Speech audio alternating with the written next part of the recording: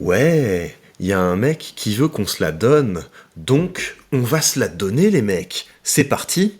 Bon allez, on commence évidemment par lui envoyer de la force.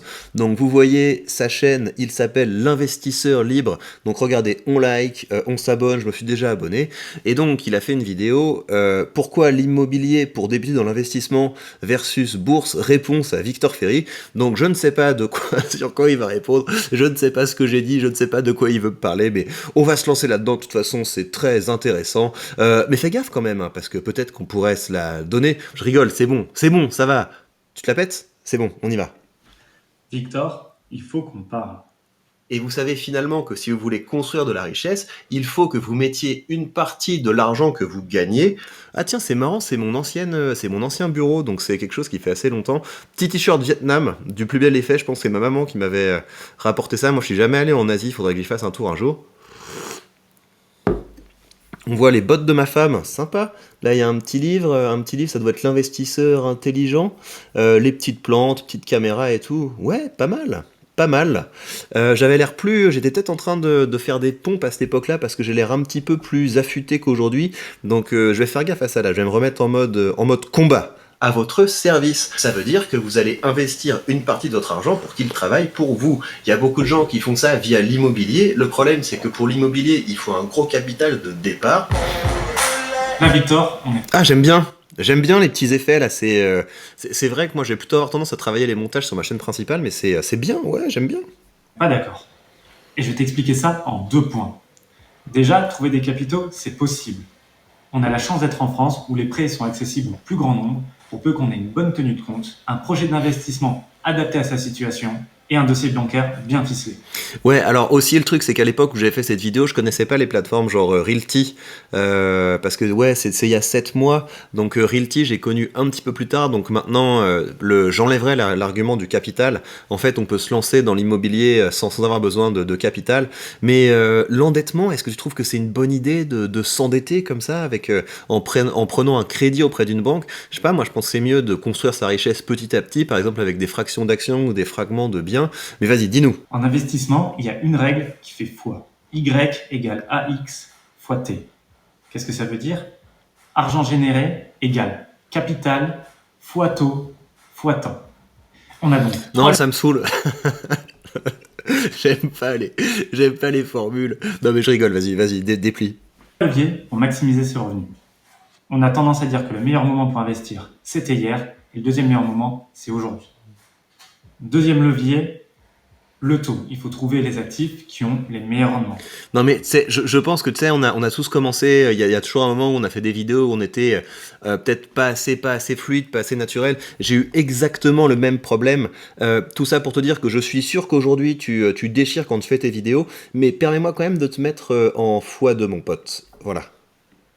Et troisième levier, le capital de départ. Plus tu as d'argent et plus tu vas générer d'argent. Et là, tu vas commencer à voir la force de l'investissement immobilier. Parce qu'avec 5 000 euros, si jamais tu veux investir en bourse, tu vas bien d'investir, pas de spéculer avec du leverage, eh bien tu peux acheter pour 5 000 euros d'actions. D'accord, donc je vais te mettre en 1.75 parce que sinon j'ai peur que les gens qui n'ont pas un cerveau aussi agile et rapide que le mien aient du mal à suivre. On va même mettre en 1.5, vous voyez, je pense à vous, je pense à Stéphane Milonnet. Par contre, en immobilier, avec 5 000 euros, tu peux avoir un prêt de 100 000 euros, acheter un bien de 100 000 euros, et là dans notre équation Y égale AX fois T, on a un A qui est 20 fois plus gros. Un A 20 fois plus gros, c'est-à-dire qu'on aura une performance d'investissement qui va sûrement être bien supérieure. T'es pas convaincu? Peut-être que ça semble fumeux. Pas de problème. Comme toi et moi, on n'est pas des charlatans. T'as raison, hein, t'as raison en fait, j'ai rien compris à ce que t'as dit avant, j'aurais dû laisser en x1, mais ok, bah, vous me direz si ce qu'il a dit c'était cool avec le x20 et tout, je lui fais confiance, il a des lunettes. On n'est pas le type de personne qui aime juste rester dans le superficiel et qu'on aime bien chercher, creuser, aller dans le détail. Ce que je te propose, c'est justement d'aller s'y intéresser en profondeur. Alors prends un Doliprane et accroche-toi bien parce que c'est pas le moment de faire tiep. Ouais, donc c'était le moment où j'étais en train de faire mes vidéos de gros bonhommes de transformation physique, c'est pour ça qu'il dit pas faire tiep, et il a raison, j'ai pas envie de faire tiep. J'aime bien moi les petits trucs qui s'autorisent, peut-être que l'élocution était pas encore assez fluide à l'époque, mais il avait l'audace de faire des petits effets, l'audace de me défier et tout, c'est vachement bien. C'est super important d'avoir une personnalité dans ses vidéos, et il a une personnalité dans ses vidéos, j'aime beaucoup ce qu'il fait. Boum, on se retrouve devant le meilleur ami des investisseurs, le meilleur ami des personnes qui font de la finance, Excel, Google Sheet, peu importe. mais l'idée c'est de pouvoir calculer, simuler, préparer, anticiper. Et ça, c'est l'outil dont on a besoin. Et du coup, on va l'utiliser pour comparer immobilier et bourse. T'as raison, mec, c'est de la balle. Excel, c'est de la balle. Ça, c'est un truc, tu sais, les gens, ils disent, ouais, si tu veux pécho et tout, il faut une Lamborghini ou je sais pas quoi. Quelle est la couleur de ta Bugatti? Mais non, mon gars, un bon tableur Excel, et là, t'as le power.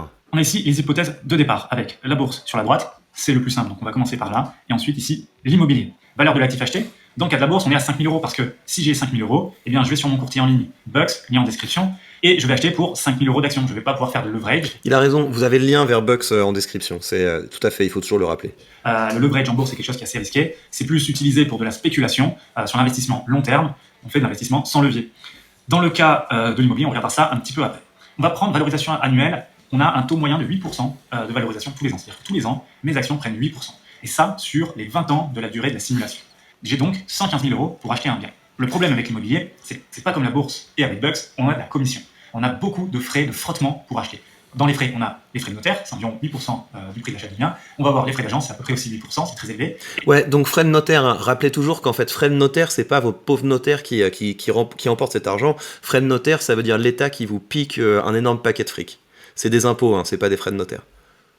Et on a différentes charges qu'on peut avoir si on doit faire un petit rafraîchissement. Oui, juste parce que le notaire, il bosse en fait. Quand vous êtes dans une transaction immobilière, le travail du notaire, c'est de vérifier s'il y a bien les documents, c'est de vérifier s'il n'y a pas un lapin sur le tapis, c'est de vérifier s'il n'y a pas d'infraction urbanistique, c'est de vérifier si le propriétaire a apporté tous les documents qu'il fallait, etc. Donc le notaire, il fait un vrai travail. Et qui est-ce qui est payé dans une transaction immobilière? C'est pas le notaire qui fait son vrai travail, c'est l'État pour nous piquer du fric autant qu'il peut. Enfin, bref, je trouve ça pas sympa d'appeler ça des frais de notaire. Il faudrait dire frais de notaire plus spoliation par l'État. Capital, si revente IMO. Dans ce cas-là, le capital, c'est les bénéfices plus l'abondement que j'ai mis. Même chose que pour la bourse. Et donc, on peut voir qu'au bout de 20 ans, en capital, j'aurai 120 000 euros et en bénéfice, 91 000. On a fait x4. Ce qui nous fait en fait un investissement qui est 2 fois plus performant que l'investissement en bourse pour le même argent investi. Et ce qui fait la différence, c'est qu'on utilise le levier bancaire, l'argent que la banque nous prête. C'est ça que font les riches, c'est qu'ils font travailler leur argent, mais pas que, ils font travailler l'argent des autres pour eux. Et c'est ça que te permet l'investissement immobilier. Comme toujours, une vue graphique, c'est quand même plus sympa que des tableaux un petit peu dégueulasses. On va regarder graphiquement qu'est-ce que ça représente. De prime abord, on a l'impression qu'on comprend pas, mais en fait, c'est très lisible. En bleu, c'est la dette. Ok. En rouge, c'est l'argent que j'ai mis moi. Et en jaune, c'est l'argent que je gagne. C'est le bénéfice. Et donc on voit clairement que le bénéfice si revente, il est très très important comparativement à l'argent que j'ai mis. Et si jamais je compare les deux, hop, c'est ici. On a en rouge les bénéfices si revente en immobilier, en jaune si revente action, et on voit qu'on a une belle différence. C'est très graphique. On a des montants, on a 50 000 euros en faveur de l'investissement immobilier.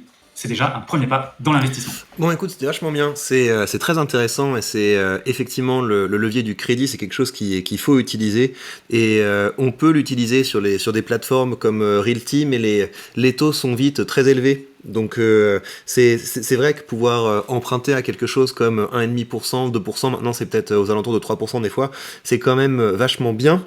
En fait, ce que j'ajouterais pour la comparaison immobilier versus bourse aujourd'hui, c'est aussi une question de temps que tu as alloué à tes investissements, parce qu'une grosse différence, c'est que quand tu investis en bourse, t'as pas de responsabilité.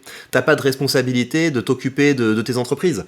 Quand tu investis dans l'immobilier, t'as une responsabilité qui est super importante. Et même si tu délègues, tu vois, tu dis de mettre tes apparts en gestion locative, s'il y a un vrai problème, les gens ils vont t'appeler. Les gens vont t'appeler, ils vont te dire est-ce que je fais ci, est-ce que je fais ça, etc. T'as à gérer les changements de locataires, donc il y a quand même pas mal de travail qui rentre en jeu quand t'es dans de l'investissement immobilier. Et tu n'as pas pris en compte dans ton calcul les frais, parce qu'il y a de l'immobilier qui est propre enfin il y a des frais qui sont propres à l'immobilier. C'est que sur 20 ans, tu vas peut-être devoir changer tel truc, tu vas peut-être devoir repeindre 2 fois, tu vas peut-être devoir changer une cuisine, tu vas peut-être devoir changer une salle de bain. Donc tout ça, c'est des choses qui rentrent en compte dans le calcul. Et donc, ouais, moi, je me méfie toujours des représentations du monde via Excel, parce que ça peut être souvent assez éloigné de la réalité. Mais ça, moi, si tu me dis que le rendement de l'immobilier peut être intéressant, d'accord. Mais dans tes hypothèses, tu aurais dû mettre les frais qui sont propres à l'immobilier. Et je pense qu'il faudrait aussi calculer le temps. Combien de temps ça te prend? Et à ton avis, combien coûte ton temps? Tu vois, si tu peux utiliser 1 une heure pour faire un service de consulting, faire un service de coaching, créer un produit, vendre quelque chose, etc., et que cette heure de travail, ça te rapporte, je sais pas moi, 500 balles, 1000 balles, bah voilà, est-ce que tu as envie de consacrer ce temps à t'occuper de la gestion d'un bien immobilier, alors que tu pourrais mettre tout ça en passif, en investissement tranquillement en bourse? Voilà, donc ta vidéo, c'est super intéressante, le débat bourse versus immobilier n'est pas du tout refermé, mais ce que je vais m'empresser de faire maintenant, c'est de mettre quelques billes dans une de mes actions, et l'action que je choisis aujourd'hui, c'est Home Depot, et ça fait partie aussi de ces entreprises que j'oublie complètement, je les mets en arrière-plan, elles font leur boulot, tout ce que je leur demande, c'est de me verser un beau dividende croissant, et jusqu'à présent, Home Depot n'a pas déçu sur ce point-là. Et comme mon interlocuteur l'a dit, je vous rappelle évidemment que si vous voulez investir, vous avez sous cette vidéo le lien vers le côté que j'utilise, et en suivant ce lien, vous bénéficiez d'une action gratuite dès que vous créditez votre compte. Prenez bien soin de vous, dites-moi ce que vous en pensez. Alors, bourse versus immobilier, c'est qui gagne? À très vite pour de prochaines news.